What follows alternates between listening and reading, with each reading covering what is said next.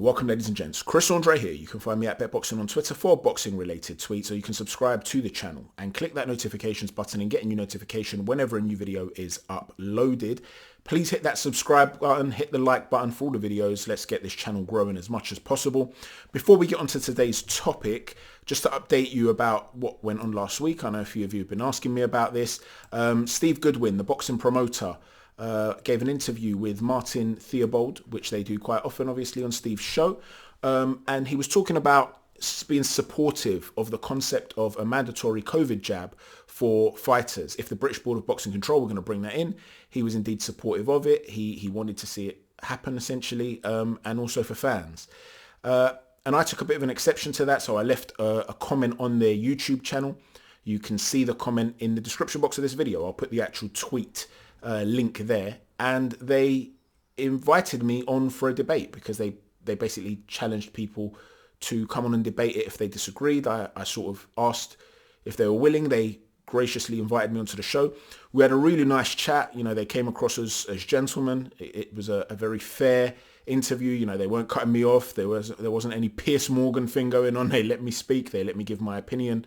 They also spoke, obviously, gave their opinions, and it was a very, very respectable and respectful discussion. Like I said, they came across as nice guys, and they've invited me onto the show again in the future, possibly next week, if my work schedule allows, for us to discuss further boxing matters, more to do with the sport of boxing rather than just the future of the sport. And where we're going to see this sport moving towards. I mean, obviously, this is a massively important topic which revolves directly around the sport. We're talking about fighters. You know, you're going to have potentially a lot of top-level fighters. Steve Cunningham, for instance, the former cruiserweight, who's been in there with Tyson Fury. He's been in there with some of the biggest names in the sport. He said he won't get one. So there'll be a lot of fighters who are not getting one. Tyson Fury, when he was asked if he'd get one, his response, rather cryptically, but perhaps you could read into it, was, I'm afraid of needles. So that suggests he wasn't looking to get one. So what happens? Are we going to turn Fury away from the sport and just ignore the fact that, you know, never mind, who cares if the potential undisputed heavyweight champion of the world just walks away from the sport? It's a discussion that needs to be had. So we had that discussion. It will be uploaded on Thursday or Friday. And I'll talk about it again because I'm going to bring a whole bunch of different videos here. So I'll let you know when it is uploaded, because this week we're going to be talking about tonight's topic, obviously. But I also want to talk a little bit about Michael Hunter. I also want to talk a little bit about the venue they're talking about, the various venues that are being rumoured in the Fury-AJ fight. And we'll talk about how that could potentially affect the result of the fight, if at all. And I'm also going to bring a very detailed technical breakdown of Lawrence Okolie and Glavatsky. What I'm going to do with that, for the first time ever, it will be Okolie versus Krzysztof Glavatsky, and I'll be bringing stills, images, to talk you guys through exactly what I'm talking about. So I'm going to have to deny you of this rather mediocre face. I'm sorry, ladies and gents. But yeah, you'll be seeing still images instead, and I'll be talking and showing you essentially exactly what I'm trying to allude to. So there'll be a technical breakdown video for that. For tonight's video, though, I want to talk about Dillian Whyte. So Harold Knight, who he's brought on, obviously, you know, an esteemed name in the world. He's a trainer. He's worked with Lennox Lewis in the past. He's made a few statements that are rather interesting if we're talking about the tactical approach that Dillian Whyte might take against Alexander Povetkin. This isn't going to be the technical breakdown of the fight. I will do that if that, you know, when we're closer to the fight. But in terms of Harold Knight, let's talk about some of his quotes. I'm going to quote from badlefthook.com. And he says, I was brought in to bring some American flavor, to add world championship experience, to add small little things to the recipe, to work on Dillian's balance, to work on his jab, to work on his defense. Dillian's already like a pit bull, already like an assassin. So I'm just adding a little gunpowder to the mix, a little pizzazz. Bring some maestro to it, so the world can see he has taken it to another level. It brings some fun to the game. Don't get me wrong, this is serious. These are big men in there trying to concuss each other. But I want Dillian to be able to use some of his weapons that have been dominant. He has them already, but needs reminding of them. Interesting, that part, right? He has them, but needs to do what Emmanuel Stewart would do. Bring the fire and bring the smoothness out. Dillian already has all of this. I'm just adding a few more bullets to the arsenal. It will be similar to Tyson Fury's performance against Wilder. In that similar direction, Sugar Hill changed the whole game plan against Wilder. They did not expect Fury to do what he did. It was a complete overhaul, and they changed his way of thinking, and he did it by having fun. We're not going to make the same mistakes again against Povetkin, and Dillian's going to use his IQ. We're going to harness what Dillian likes to do and adjust and modify. Without doubt, Dillian's mindset reminds me of Lennox's when he avenged the defeats. Povetkin threw a shot and landed it and knocked Dillian out. The mindset of Dillian is the same as Lennox's when he got knocked out. They both said, he caught me. I take nothing away. Give them credit. The one thing I admire about Lennox and I admire about Dillian, that they don't blame it on the gloves or a heavy suit, or there was something put in the water. They both said, he caught me with a good shot. They accepted it and they made a mistake. The greatness of a fighter that Dillian is going to show is how you come back from a loss.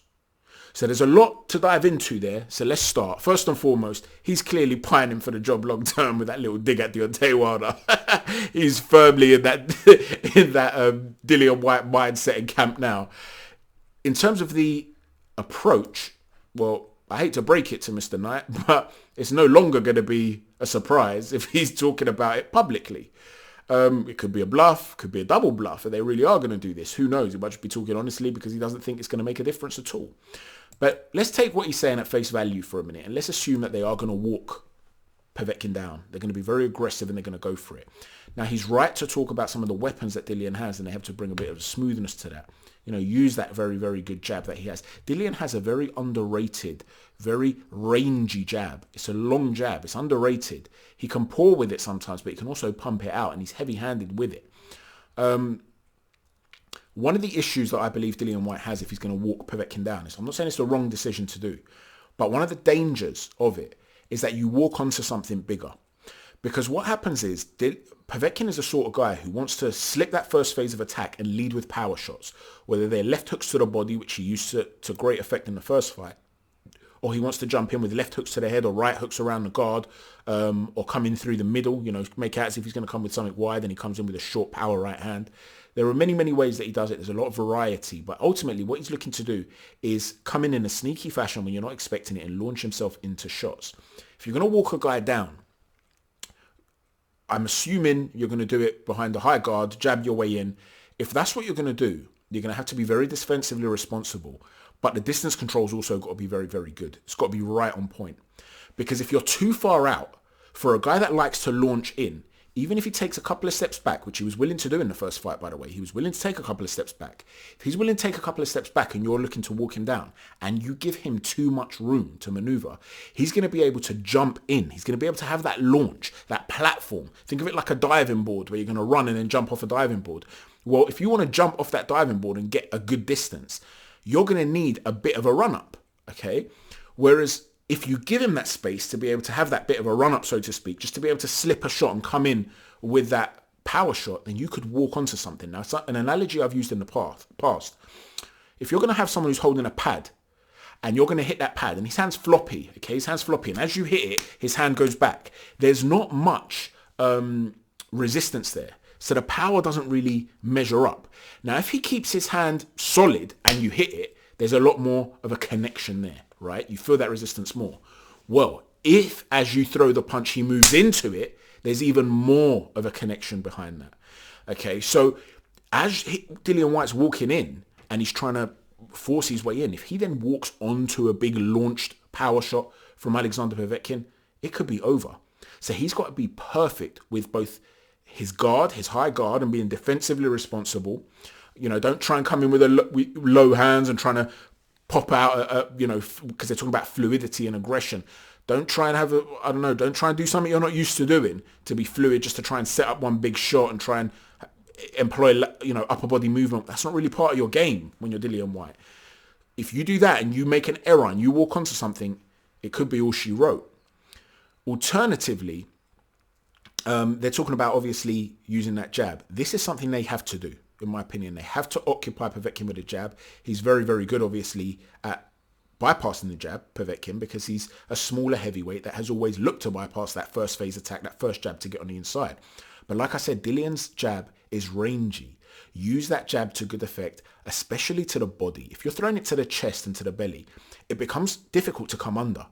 If you throw that jab consistently to the chest, he's going to have to come very low to come under. And because he's so rangy, to come low under that and launch yourself, and Dillian can keep that range, it's going to be harder to close that range.